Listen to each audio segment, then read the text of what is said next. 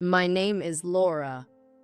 Ever since I was a child, I've loved my dad, Michael. He always put our family first and put himself second. He made sure that neither my younger brother, David, nor I ever felt deprived, and he handed over his entire paycheck to my mom, Betty, a stay-at-home mom, so she wouldn't have to struggle, never complaining even when he had no spending money for himself. Thanks to my dad, David and I had fulfilling and happy lives. I thought the four of us would continue living this way forever. But fate can be cruel. The dad I adored passed away suddenly. It happened when I was a high school senior, and David had just started 8th grade. That day, Dad headed to work as usual, but he suddenly collapsed at his workplace and was rushed to the hospital. By the time David and I arrived after receiving the call, he was already cold to the touch. An hour later, Mom arrived. While David and I were sobbing uncontrollably, Mom seemed strangely calm. Although she was clearly shocked by Dad's sudden death, she didn't shed a single tear. "Mom, what are we going to do now? Dad is gone." Mom was a stay-at-home mom, which meant she had no income. Without Dad, our family couldn't survive. Mom didn't answer my question. "Hey, Mom, are you listening? Dad is dead." Then she let out a deep sigh and snapped. "He's dead. What do you want me to do about it? Can you stop yelling? It's giving me a headache." What did she just say? What do you want me to do about it? Dad's death?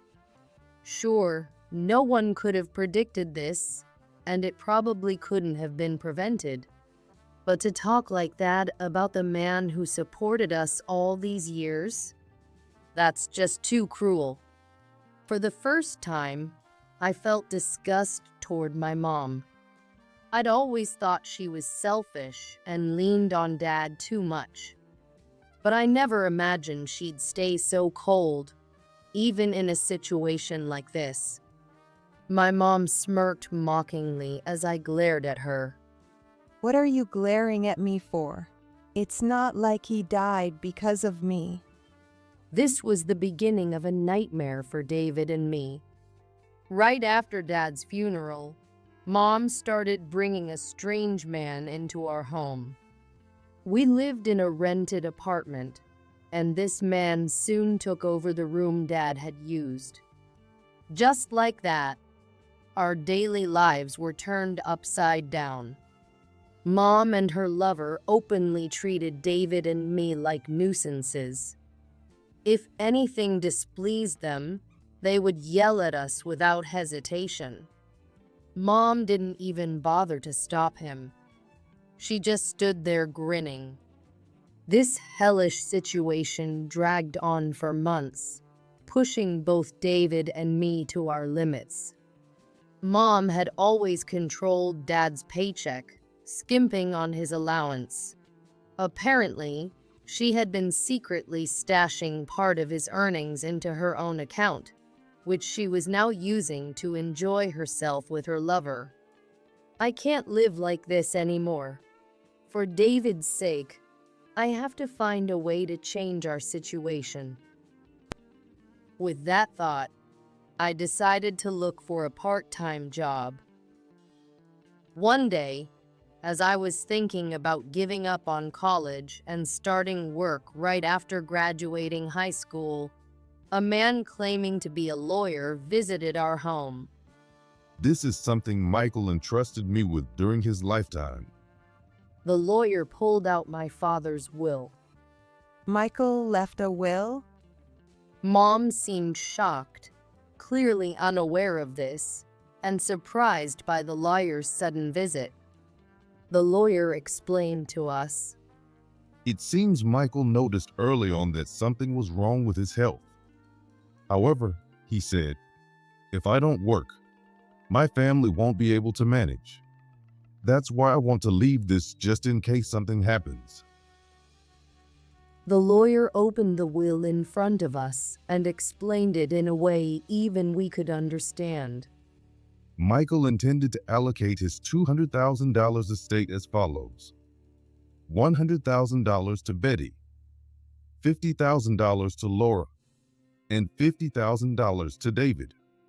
Upon hearing this, Mom's eyes lit up, and she eagerly questioned the lawyer. So, when will we get the money? Once the formalities are completed, it should be deposited soon. Mom immediately grabbed a pen and signed the necessary paperwork. For David and me, the details were a bit over our heads. But if there was an inheritance, we were grateful to accept it. Later, David and I decided to leave the house. We were done being at the mercy of Mom and her lover. I began thinking about what we would need for the two of us to live on our own and what the bare minimum requirements would be. If we're moving out, we'll need to find a place to live, but will anyone rent to a high school student? While I was stressing over this, I remembered that the parents of a middle school friend owned some apartments. The next day, I visited her house and explained the situation to her parents. So, as you can see, we have my dad's inheritance, and I'm planning to start a part-time job. Could you help us find a good apartment?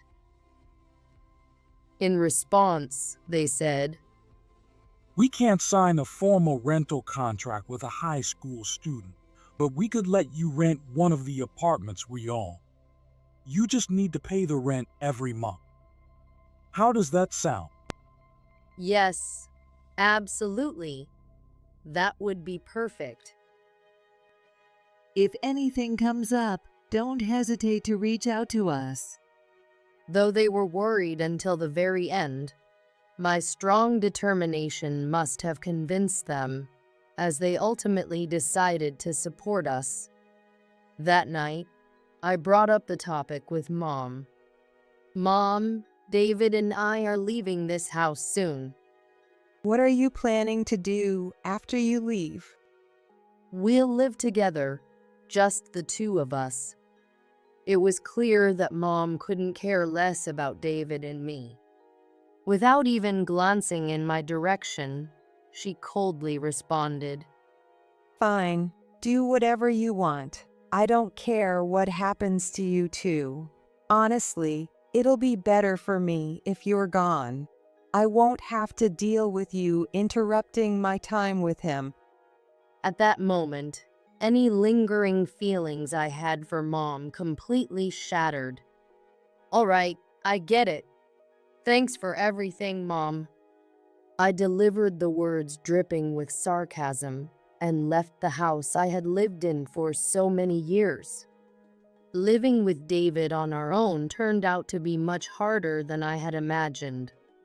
I started my mornings delivering newspapers, then went to school, and after coming home, I worked a part-time job at a grocery store. I didn't want to touch the money Dad had left us, so I tried to cover our living expenses as much as possible with my earnings. At the grocery store, they let me take home unsold deli food, which became our dinner. David was a middle schooler and at an age where he'd want to hang out with friends, so I made sure to give him a small allowance every month.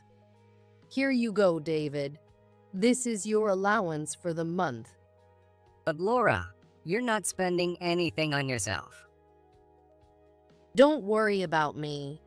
Having fun is an important part of growing up, okay?" Even when David hesitated to accept it, I insisted on giving him his allowance. I knew we couldn't provide him with the same financial comfort as before, but I wanted to at least do this much for him.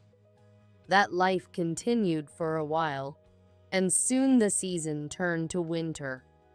My classmates were all talking excitedly about their plans for college. To me, that felt like an unattainable luxury. All I could think about was where I would work after graduation and how I could support David so he could go to college. One day, I happened to have a rare day off from my part-time job, so I was having lunch at home with David. Suddenly, the apartment intercom buzzed. Who could that be? When I opened the door, I was shocked to see my mom standing there. Mom. You don't get to call me that. Now, where's the bank book? What? Bank book?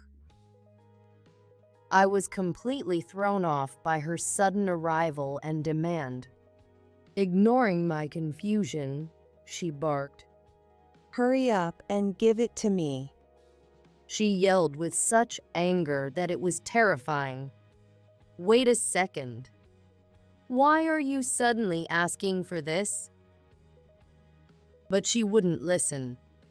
Instead, she pushed past me into the apartment and started rummaging through the rooms.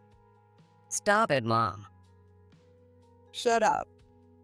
David tried to grab her arm to stop her, but she shoved him aside. I rushed to David's side, shouting at her repeatedly to stop. Eventually, Mom found the bank book in one of the drawers. Seeing the nearly untouched account balance, she smirked triumphantly. There's quite a bit left. You're a smart one, just like me. Well done. When I glared at her with disgust, she clearly didn't like my attitude and shoved me. What's with that look? Just shut up and do what I say. I'm your parent.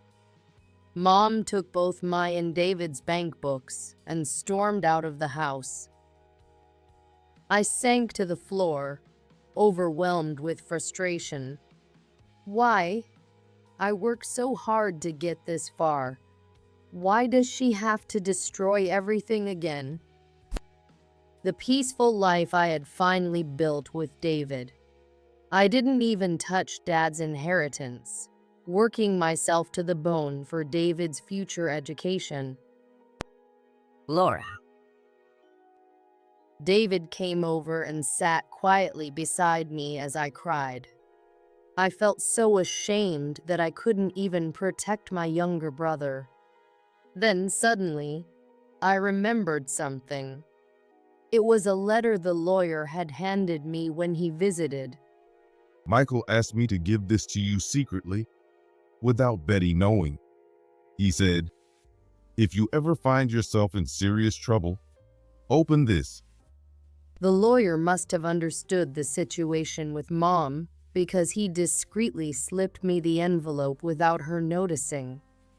After moving in with David and being so busy with our new life, I had completely forgotten about it. I opened the letter from my late father and read its contents. It contained an address. It was far from where we lived, in an area I couldn't even picture. Still, if Dad had left it for us, there must have been a reason. Resolving to find out, I decided to go to the address with David. We took a train, then a taxi from the nearest station. When we arrived, we found ourselves standing in front of a grand house with a massive gate. It was something straight out of a movie or TV show. What the? This house is huge. David looked just as overwhelmed as I felt, staring in awe at the enormous property. As we stood there, unsure of what to do, a stern-looking man came out from inside. Who might you be? Well, we have a letter from our father, and it had this address written on it. After explaining the situation, the man made a phone call. Please come in. A moment later, his demeanor completely changed, and he invited us into the mansion. We were led to a large sitting room where an elderly woman was seated. As soon as she saw us, she greeted us warmly. You must be Laura and David. It's nice to meet you. I'm your grandmother, Mary. Grandmother? David and I exclaimed in unison, unable to hide our shock. Dad had never mentioned his family, and we didn't even know if he had a mother still alive. But that wasn't all. We never imagined that Dad's family home would be such an enormous mansion. Does your being here mean Michael has passed away? I nodded slightly in response to Mary's question. Well, before I could say anything, Mary interrupted and pulled out a large bag, handing it to me. This is something Michael entrusted to me. He told me to give it to you if you ever came to see me. When I opened the bag, it was stuffed with wads of cash like I'd never seen before. Ignoring the shock on David's and my faces, Mary continued. A long time ago, Michael and I had a huge fight, and we were estranged for years. But about a year and a half ago, he suddenly showed up, left this bag with me, and disappeared. According to her, my dad's family, Mary included, was part of a mafia lineage that had been around for generations. Dad didn't want to take over and ended up cutting ties with Mary after a massive argument. Hearing that they were part of the mafia suddenly made a lot of things click. That gate. No wonder it looked like that. Finding out my dad's family was part of the mafia was shocking enough, but this new development was equally unbelievable. Maybe Dad had known about Mom's infidelity all along. As for the inheritance, there was only so much David and I could do as minors. The allocation of funds was probably just a formality. What Dad truly wanted to leave us was Mary's address written in that letter. Dad had devised this plan to protect us in case anything ever happened. Moved by his kindness, I couldn't hold back my tears. I took my time explaining everything to Mary. How Mom and her lover had treated us terribly. How she had stolen the inheritance Dad left us, and everything else. After listening to the full story, Mary told us, There's no reason for you to give up on your life because of that mother of yours. I'll make sure to get that money back for you. So you focus on living your own life. David and I gratefully accepted the bag Dad had left behind and returned to our apartment. With this money, I could send David to any college he wanted. On top of that, Mary promised to cover my college expenses as well. Thanks to Dad and Mary, my dream of going to college, which I had almost given up on, came true. Laura, I'm so happy for you. David said, smiling warmly at me. Even though he's had to endure so much himself, it's all because you stuck by me and worked so hard too. Thank you, David. When I thanked him, David blushed and sniffled awkwardly. A few days later, Mary visited our apartment and returned the bank books Mom had taken from us. Apparently, she had used her connections and employees to track Mom down and recover them. That's the mafia for you. A little scary to imagine, though. I made Betty promise to never come near you two again. You can live your life in peace now. Thank you, Grandma. But how did you? That's not something you kids need to worry about. From now on, just live your lives to the fullest. As she left, Mary encouraged us with those words, giving us the strength to move forward. There's an epilogue to this story. As for Mom's lover, it turns out he was only after her money. After Mary recovered the bank books, he quickly dumped her. With Dad's inheritance spent, Mom is now desperately searching for a job. Having lived her entire life as a stay-at-home mom, the road ahead will undoubtedly be harsh for her. By the way, thanks to Mary, peace has returned to our lives. I was able to get into my first choice university, and even now, I continue working part-time, doing my best not to rely on Dad's money. Later, I became a working adult, and David started college. Now that we've come this far, I feel like we're finally safe. My childhood was long and painful, but kind people were always watching over us.